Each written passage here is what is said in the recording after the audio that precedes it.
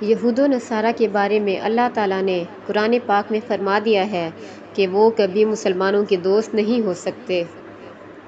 ارشاد باری تعالیٰ ہے، اے ایمان والو، تم یہود و نصارہ کو دوست نہ بناؤ، یہ تو آپس میں ہی ایک دوسرے کے دوست ہیں۔ تم میں سے جو بھی ان میں سے کسی سے دوستی کرے وہ بے شک انہی میں سے ہے۔ اللہ تعالیٰ ظالموں کو ہرگز راہ راست نہیں دکھاتا۔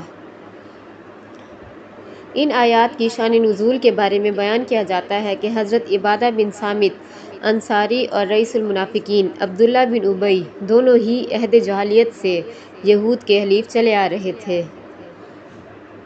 جب بدر میں مسلمانوں کو فتح حاصل ہوئی تو عبداللہ بن ابی نے بھی اسلام کا اظہار کیا۔ ادھر بنو قینقاع کے یہودیوں نے تھوڑے ہی دنوں بعد فتنہ برپا کر دیا اور وہ کس لیے گئے، جس پر حضرت عبادہ نے تو اپنے یہودی خلیفوں سے اعلان برات کر دیا، لیکن عبداللہ بن ابی نے اس کے برعکس یہودیوں کو بچانے کی ہر ممکن کوشش کی، جس پر اللہ تعالیٰ نے یہ آیات نازل فرمائیں۔ اسی طرح ایک اور جگہ ارشاد ہے کہ یہودی اور نصارہ تم سے ہرگز راضی نہ ہوں گے جب تک تم ان کے طریقے پر نہ چلنے لگو۔ اور حقیقت یہی ہے کہ آج ہم نہ صرف انہیں اپنا دوست، ہمدرد اور خیرخواہ سمجھتے ہیں بلکہ انہیں راضی کرنے کے لیے ان کے رہن سہن، کھانے پینے، اٹھنے بیٹھنے، لباس و اقدار کو اپنانا باعث عزت و افتخار سمجھتے ہیں۔ اب تو حالت یہ ہے کہ نکالی اغیار نے ہمیں کہیں کا نہ چھوڑا۔ مسلمانوں کی اسی حالت زار پر علامہ اقبال نے فرمایا، شور ہے ہو گئے دنیا سے مسلمان نابود، ہم یہ کہتے ہیں کہ تھے بھی کہیں مسلم موجود، مزاح میں تم ہو نصارہ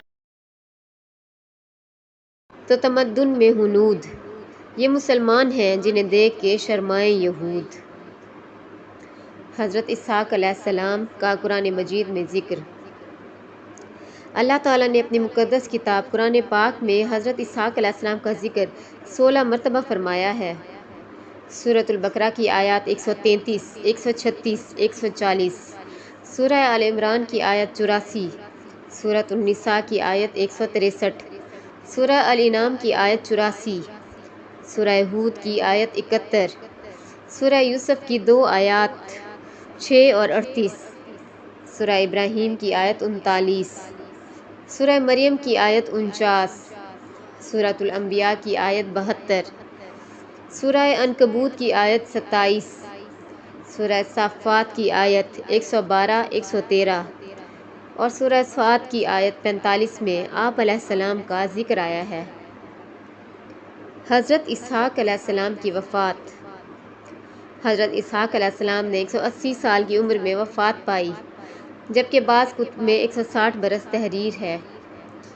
وفات کے وقت آپ علیہ السلام کے دونوں صاحبزادے محیص اور حضرت یعقوب علیہ السلام آپ علیہ السلام کے پاس موجود تھے، جنہوں نے آپ علیہ السلام کو اپنے دادا حضرت ابراہیم علیہ السلام کے پہلو میں دفن کیا۔